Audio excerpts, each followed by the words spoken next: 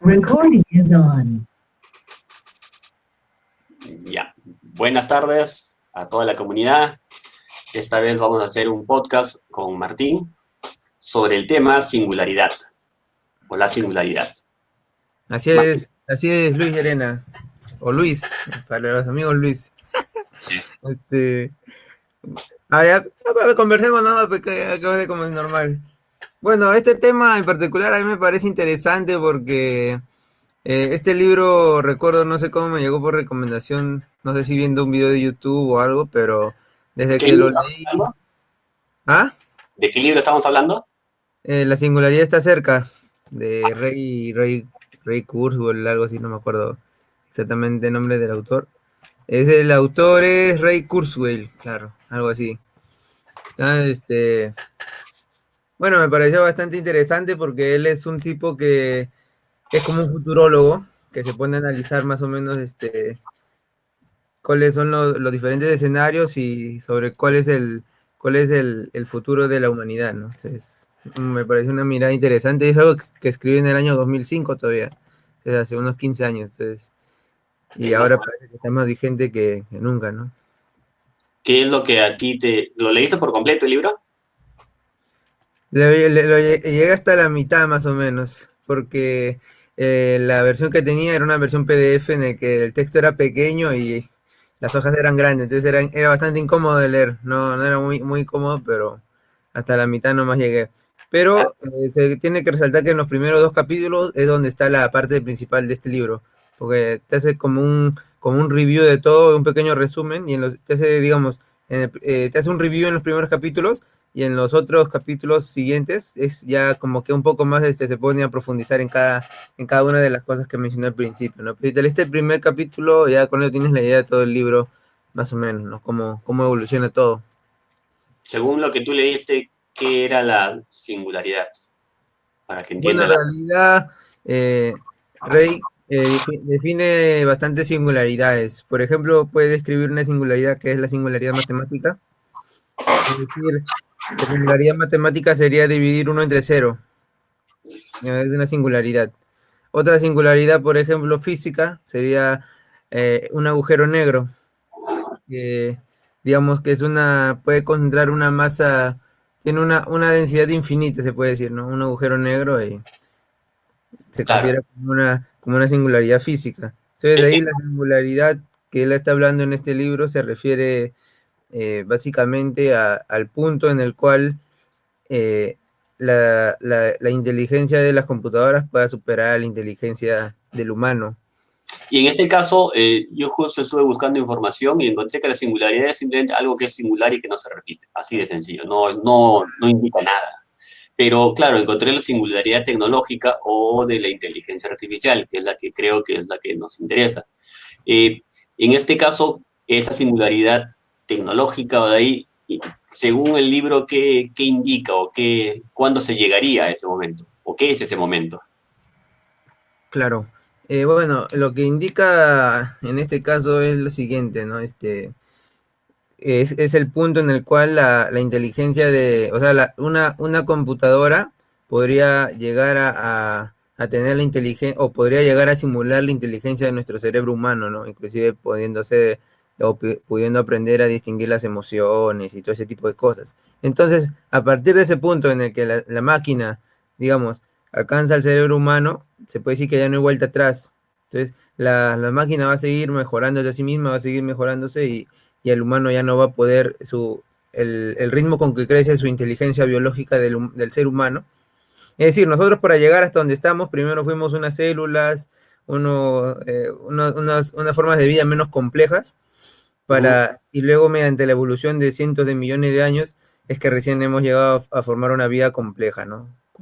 Como nosotros somos seres de carbono y todo eso, entonces la evolución ha tomado millones de años, ¿no? Entonces, Según eso, tendríamos los seres humanos, no la inteligencia artificial, una singularidad, es decir, algún momento en que los seres humanos ya no pudieron parar, por así decirlo, o como dice hay una definición que es muy tonta, pero dice momento en el cual, no me acuerdo dónde está, creo que es por Wikipedia, le dice que la singularidad tecnológica es un momento hipotético en el tiempo, cuando un nivel concebible físico de avance tecnológico se obtiene instantáneamente. Es decir, Así bueno, es. un hipotético punto a partir del cual una civilización tecnológica sufrirá una aceleración del progreso técnico que provocaría la incapacidad de predecir sus consecuencias. En el caso de claro, de la inteligencia artificial y las computadoras todavía no llega. En el caso del hombre, podría decirse que hubo un momento en el cual el hombre se hizo inteligente y ya no pudo dar vuelta atrás. A ver, No tanto eso, sino que, como lo menciona en el libro Rey Kurzweil, la evolución que estamos haciendo, o sea, de la inteligencia, que básicamente a lo que se refiere en este caso a la singularidad tecnológica es a la inteligencia, es que nosotros hemos sido, aunque no lo notemos, como nosotros tenemos un periodo de vida pues, de unos 100 años, entonces nuestra visión del mundo se puede decir que es lineal. Entonces, los avances que vemos se puede decir que van en función a nuestra visión, ¿no? Pero si lo comparas históricamente y a lo largo de los años, tú puedes ver que los diferentes inventos los diferentes logros de la humanidad en todos sus años de vida, desde que inició, desde que era un hombre antiguo, prácticamente no había nada. Por ejemplo, desde que agarró una piedra y la limó y eso lo convirtió, o primero, mejor dicho, la primera es el fuego, tal vez, ¿no? O después las herramientas.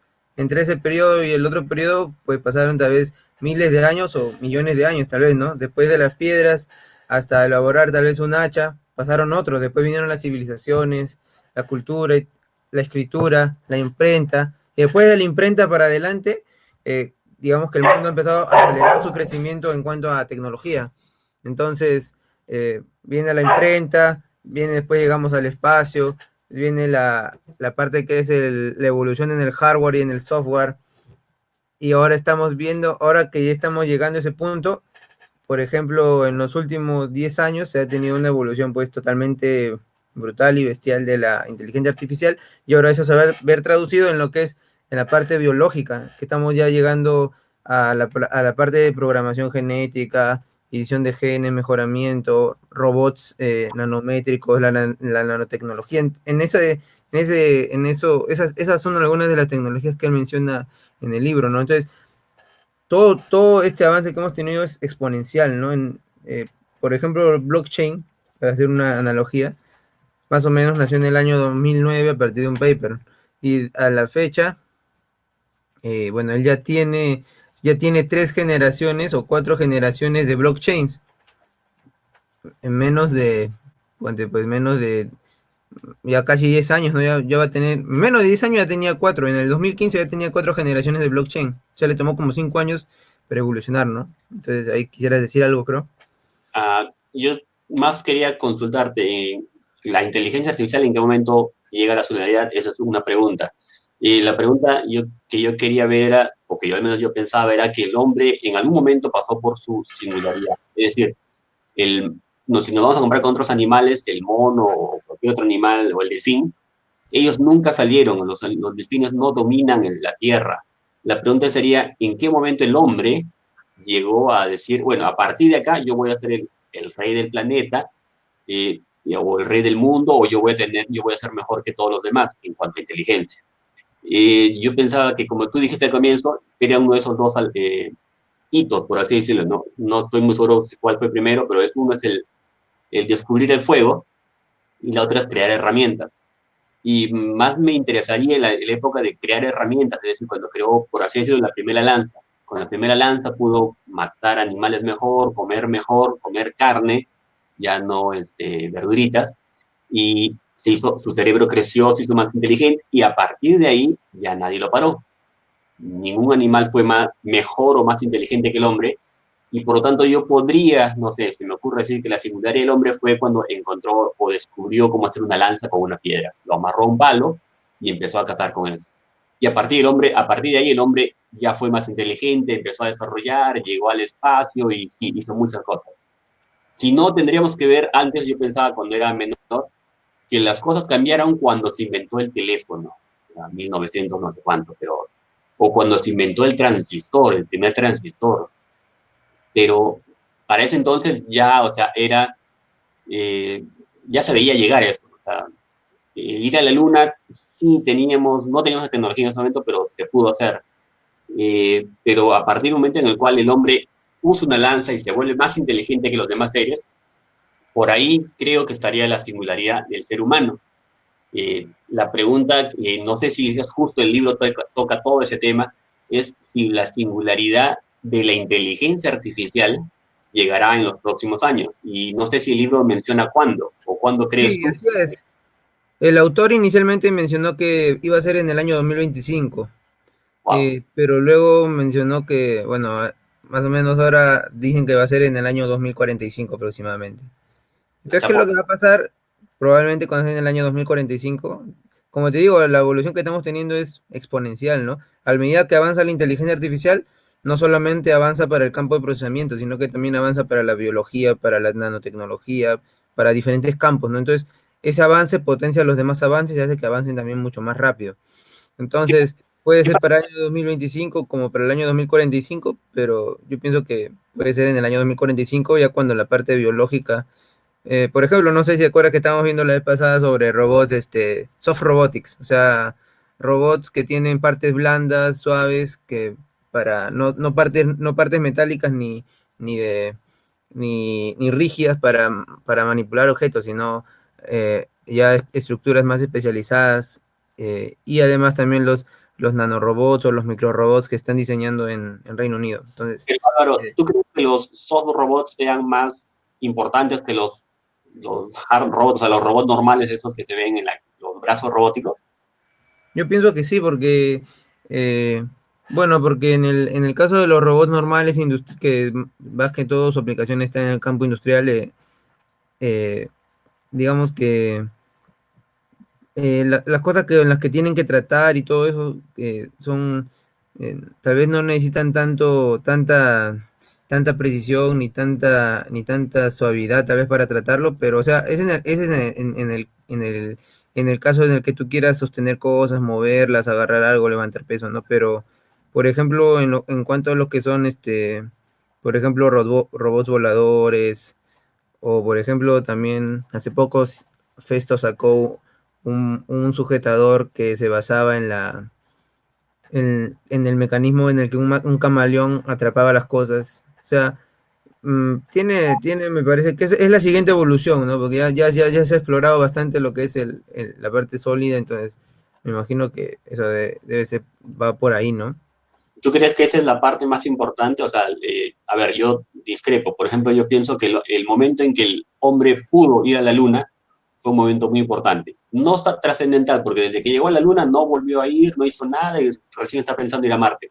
Pero sí fue un momento muy importante que después de vivir tantos millones de años en la Tierra, se pudo mandar uno a la Luna y regresarlo. Ese hito fue muy grande y sin embargo no se ha seguido, pero por otros motivos. ¿Tú crees que el que existan robots suaves sería un hito importante también? Sí, porque a medida que se mejore esa tecnología, se va a ir acercando más, o sea, a medida que ahora, por lo que he visto es que se utilizan materiales como el plástico, plásticos especiales para hacer eso, pero a medida que avance la tecnología, se va a empezar haciendo tal vez impresión 3D tal vez de piel o componentes especiales de algún animal que se va a replicar y va a ser útil tal vez como en la parte que te digo del camaleón, ¿no? Ya no necesariamente masa, sino tal vez líquidos o fluidos que funcionen en eso, ¿no? Una Entonces, consulta, Álvaro. Si yo le doy una imagen de una persona sonriendo, una computadora, no digamos la más potente del mundo, pero una computadora normal, ¿me puede identificar si la persona está sonriendo o no? claro, Si le doy una foto de una persona con enojo, ¿me la reconoce? también depende con los datos que lo hayas entrenado, ¿no? Pero en sí es de lo que está pasando ahora, ¿no? ¿Requiere una supercomputadora única que hay en el mundo para hacer eso o puedo hacerlo con mi máquina en un par de días? Puedes hacerlo con tu computadora, en teoría. Ya, entonces la singularidad de reconocer emociones ya se alcanzó. Ah, bueno, yo no diría que en ese caso eso se lo conozca como la singularidad, ¿no? Sino que la singularidad tecnológicamente se refiere, ¿no? O sea, la tecnología abarca muchas tecnologías, ¿no? Que es la inteligencia artificial, la parte biológica, la parte de la nanotecnología, todo. Entonces, básicamente para aclarar ese punto que mencionas, cuando se refiere a ese punto de la singularidad tecnológica, lo que pasa es que una vez que se construya una máquina más inteligente que el ser humano, que pueda hacer más las cosas, puede hacer mejores las cosas que el ser humano, no solamente desde el punto de vista del procesamiento de nuestro cerebro, sino también imitar nuestro cuerpo y nuestro pensamiento. Entonces, ¿qué es lo que pasa en ese punto? Que el ser humano se empezaría a cuestionar cuál es el sentido de estar de la existencia del ser humano si hay otro ser que también ya lo ha podido alcanzar, ¿no? Entonces, ¿Y cuál sería ese momento? O sea, ¿cómo se definiría ese momento? En mi opinión, por ejemplo, se definía hace tiempo, cuando la máquina sea más inteligente que el hombre. Bueno, las calculadoras son mucho más rápido que el hombre. Una computadora, Big Blue creo que se llamaba, ya le ganó al mejor ajedrecista del mundo hace tiempo. Y hace unos años una computadora le ganó a un jugador de Go. La siguiente va a ser que le va a ganar en un juego de, no sé, del FIFA, un juego de estos que hayan, uno más complejo. claro, Y, ya ha pasado eso en StarCraft, ¿no? por ejemplo, la pregunta sería, ¿y la singularidad es cuando qué? Por ejemplo, ya no hay, por ejemplo, en lo que estás hablando de singularidad, si lo quieres poner en ese campo, porque podrías poner singularidad en cada tema, ¿no? Sí, Pero, entonces, en ese caso, por ejemplo, el juego del Go. A ver, vamos paso a paso, ¿eh? En el año, más o menos en los años 90 por ahí, fue que Gary Kasparov se enfrentó al Deep Blue de IBM. Y bueno, si lo quieres ver desde ese punto de vista, hay dos tipos de inteligencias artificiales, ¿no? La inteligencia artificial general, y que es, digamos, alcanzar la inteligencia del ser humano. Y esa inteligencia se puede dividir o lo subdividen, digamos, la inteligencia artificial general se puede conocer como la inteligencia artificial fuerte, y la otra que la categorizan es la inteligencia artificial débil. Es decir, la inteligencia artificial débil es que la máquina sea buena solamente en una cosa. En este caso, puede ser jugando el ajedrez, puede ser jugando Go, puede ser StarCraft, puede ser haciendo el reconocimiento de imágenes, reconocimiento de los textos, comprensión lectora, hacer resúmenes. Entonces, ser mejor que el humano en ciertas áreas, ¿no? Eso es lo que se conoce como la inteligencia artificial débil. Pero a medida que tú vas mezclando, ¿no? Una máquina que ya puede reconocerte el texto, que puede hacerte la visión por computadora, que puede mezclar, por ejemplo, la capacidad de moverse, de pensar, de tomar decisiones por sí misma, de comprender emociones, y todo eso lo vas juntando y llega al punto que es una máquina o es un doble del ser humano. Digamos que eso ya sería la parte en la que junta diversas tecnologías y juntando diversas inteligencias artificiales débiles, hacen la inteligencia artificial fuerte o general, ¿no? Entonces, eso es lo que se puede decir, ¿no? Porque al fin y al cabo, la inteligencia, como dijo Alan Turing en su tiempo, eh, no es una cosa que sea fácil de definir, ¿no? Entonces, es por eso que él inventó el test de Turing, ¿no? Que no define en sí qué es inteligencia, pero sí define cómo podríamos reconocer algo que se comporte de manera inteligente, ¿no? Entonces, ¿qué es lo que podría pasa con la inteligencia artificial? Solamente para cerrar, es, como lo vemos ahora o como se ve, es que algo tenga un comportamiento similar al de la inteligencia humana. Entonces, en el caso del Deep Blue, se consiguió dar la apariencia de inteligencia a una máquina porque podía jugar ajedrez de manera mejor a lo que lo podría hacer un campeón de ajedrez a nivel mundial humano. Pero eso no se alcanzó porque la máquina en sí pensara, sino porque ellos tenían un montón de partidas acumuladas en una computadora que en ese tiempo eran gigantes.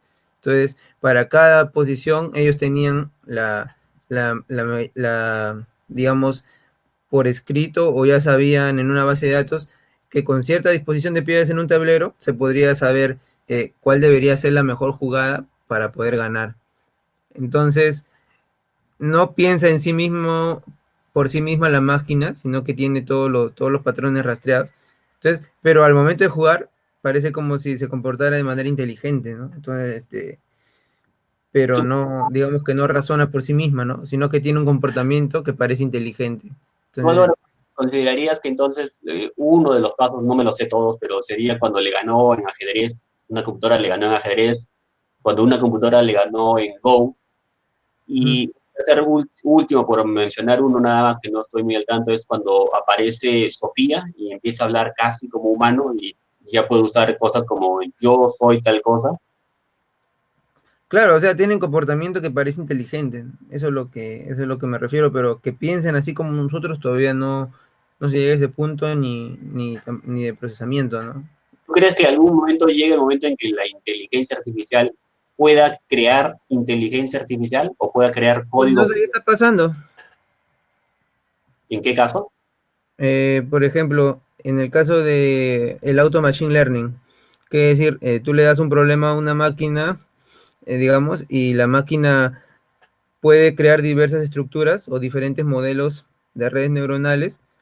Y bueno, va probando distintos modelos, ¿no? ¿Qué modelo es mejor que otro? O sea, no se encarga solamente de agarrar un modelo, optimizar sus parámetros y darte la solución, sino que se encarga de ver dentro de un campo de exploración o un campo de espacio de modelos, ver cuál es el que funciona mejor, utilizando pues técnicas, me parece, de, por ejemplo, de evolución genética, algo así que va cambiando los parámetros, va seleccionando, los vuelve a aleatorizar de nuevo, saca una nueva generación y así hasta que converja en unos cuantos modelos y te devuelve el que es el mejor, ¿no? Álvaro, Y se va construyendo nuevas inteligencias artificiales así.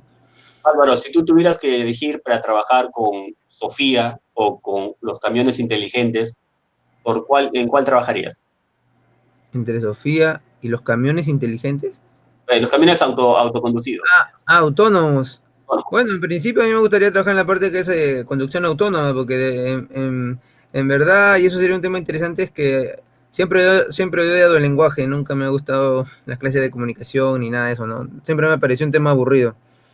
Y una nota especial sería sobre la parte que es del procesamiento del lenguaje natural en inteligencia artificial, que cada vez más se está perdiendo el enfoque del lenguaje. O sea, ¿a qué me refiero? Que antes los modelos que veían procesamiento de texto o entendimiento del texto se basaban en modelos secuenciales. Es y decir, Álvaro, ya, tomando en consideración las palabras anteriores, tratando de hacer modelos semánticos y todo eso.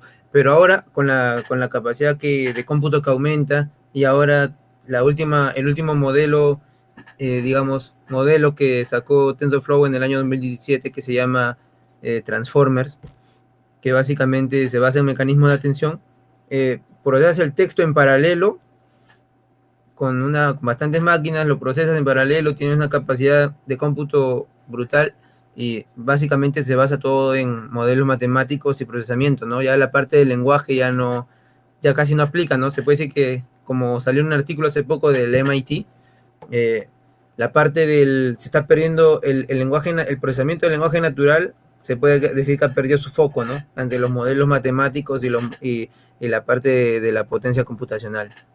algo así como decir, ya no se fija en quién es el sujeto, predicado y el adverbio, sino que es no, Así es. ¿cierto?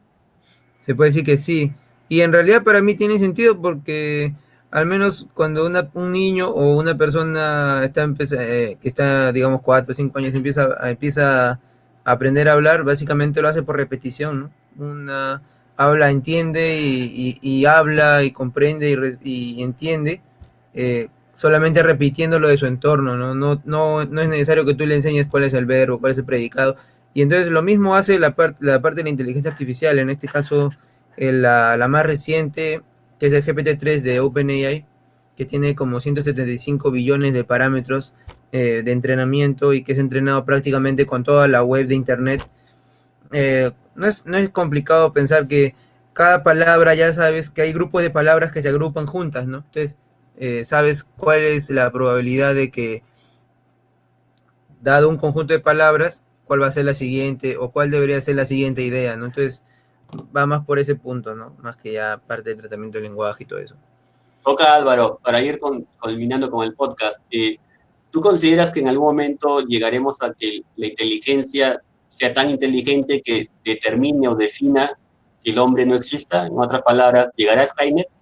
No, yo al menos en ese punto se puede decir que me considero un tecno-optimista, en el sentido de que, como menciona Ray Kurzweil, en ese punto en el que la inteligencia artificial o la singularidad tecnológica llegue y sea superior que el hombre, y el hombre plantee o vea cuestionada el sentido de su existencia, eh, en parte es una cosa que se va a retomar o va a retomar importancia, o sobre todo como está tomando importancia ahora, tal vez ya no tanto la parte del desarrollo matemático, o sea, eso va a seguir, ¿no? Sino que me refiero a que la parte de desarrollo de la ética, la parte del derecho, la parte de, por ejemplo, la filosofía, eso es, la filosofía, van a ser campos que van a ser muy necesarios para, para dictar cuál va a ser el uso responsable de la inteligencia artificial.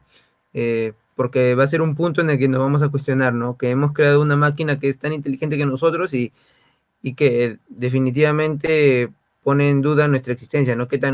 ¿Cuál es el sentido de continuar si ya hay otra máquina que lo puede hacer mejor con nosotros? Y eso pasó, por ejemplo, en el caso de Go, que Lee Sedol, si no me equivoco, él fue el campeón y la inteligencia artificial de Alpha Zero fue la que le ganó, de DeepMind, la inteligencia artificial Alpha Zero de DeepMind, que es la empresa de Google.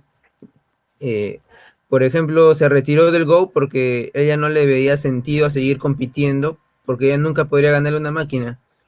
Pero solamente para hacer una acotación en ese sentido, tenemos que tener en cuenta que cuando se está comparando la inteligencia artificial de esa computadora con la de Lee Sedol, bueno, básicamente no se cuenta o no se puede, digamos, es una comparación un poco injusta en el sentido de que, por ejemplo, mejor lo pongo en el caso de StarCraft, ¿no? Contra los campeones del mundial de StarCraft.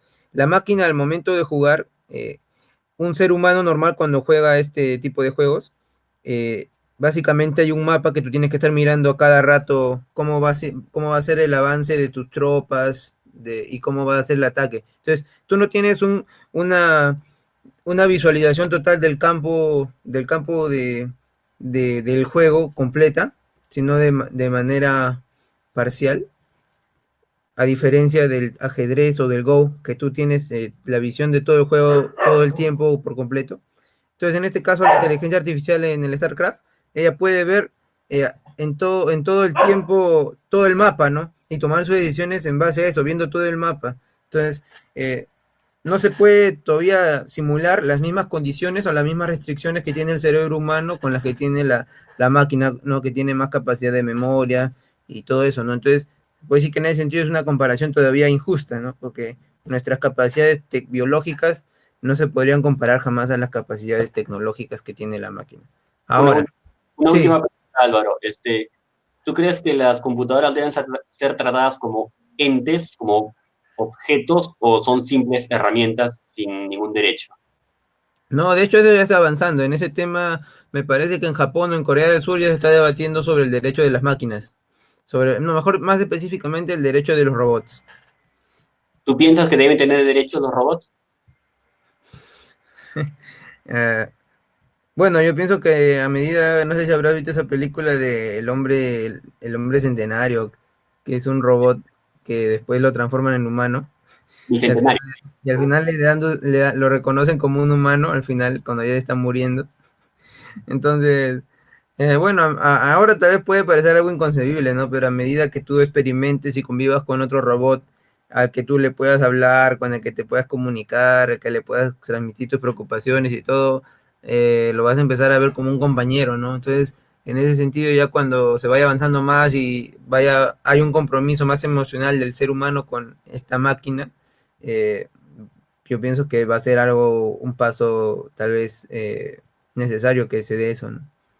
Ok, Álvaro, eso. Solamente para un punto más, solamente porque no hemos tocado la singularidad completa, es que una vez que hemos llegado al punto que había mencionado, ¿no? Que se alcanza, pero ¿qué es lo que pasa después de ese punto, ¿no? Entonces, esa es la visión que yo te decía de ser tecno optimista, ¿no? Cuando una vez que la inteligencia artificial se llega al punto de la inteligencia humana, lo que plantea Ray Kurzweil es que, como podemos ver que la inteligencia tecnológica o la tecnología avanza agigantadamente, a pasos agigantados exponencialmente, y nuestras capacidades biológicas avanzan muy lentamente, entonces el siguiente paso va a ser lo que está haciendo, por ejemplo, en lo que está avanzando la empresa de Elon Musk, Neuralink, tratando de poner un chip en el cerebro humano en este caso particularmente, para curar enfermedades mentales. Es decir, va a poner un sensor que va a escuchar todas las señales de las neuronas, va a entender el funcionamiento del cerebro un poco, y lo que va a hacer es que ante fallas o enfermedades que sean como el Alzheimer, por ejemplo la depresión, u otro tipo de enfermedades de ese tipo, lo que va a hacer es que va a generar señales eléctricas artificiales para corregir eso. Entonces, este aparato lo que va a hacer es potenciar nuestra capacidad de pensar, de almacenar. Entonces, eso es lo que plantea Ray Kurzweil, que a medida que la tecnología avanza, que nosotros avancemos con la tecnología, es decir, que haya una fusión de la parte tecnológica y, por ejemplo, conectar nuestro cerebro a Internet, eh, curar, digamos, la enfermedad tal vez más, la última enfermedad se puede considerar del ser humano sería la muerte. Es decir, cuando se llega a avanzar tanto la tecnología que ya el humano eh, pueda reparar, digamos, los riñones, pueda reparar la piel, pueda hacer que el envejecimiento cada vez sea más lento, lleguemos a vivir 200, 300, 400 años, va a ser porque la inteligencia, la tecnología se ha acoplado con nosotros y nosotros vamos a trascender con la tecnología.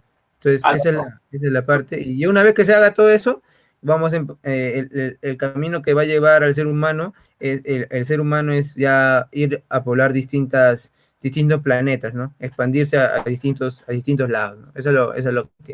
Es lo que menciona Ray Kurzweil. Álvaro, hablando de cibertecnología y ciberbioaportes, ¿tú te pondrías un marcapasos que dependa de una inteligencia artificial? Mm, bueno, actualmente ya se utilizan marcapasos, ¿no? Que esté dominado por una inteligencia artificial, no sé qué tanto sentido tendría, porque ahora ya funciona de manera autónoma, ¿no? No necesita inteligencia artificial para funcionar. Lo que sí sería peligroso, y la tecnología que vi que están desarrollando en Reino Unido, no me acuerdo, era hacer la recarga de esas baterías del marcapaso de manera inalámbrica. Es decir, Ok, para que no te estén abriendo el pecho y te lo saquen, le cambien las pilas, se hace de manera inalámbrica, ¿no? Pero el peligro que hay sí es que cada vez que estos dispositivos estén más conectados a internet y funcionen de manera inalámbrica, es que los hackers y todo pueden entrar ahí y puedan digamos, amenazarte con detener el marcapaso y poner en riesgo tu vida si es que no le das una cierta cuota de rescate, ¿no? Ya ese sería tema para otro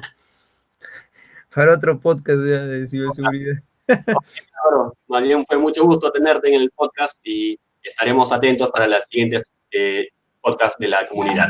Muchas Ya, gracias. listo. A ti, Elena. Un gusto, como siempre. ¿Y ahora qué hacemos?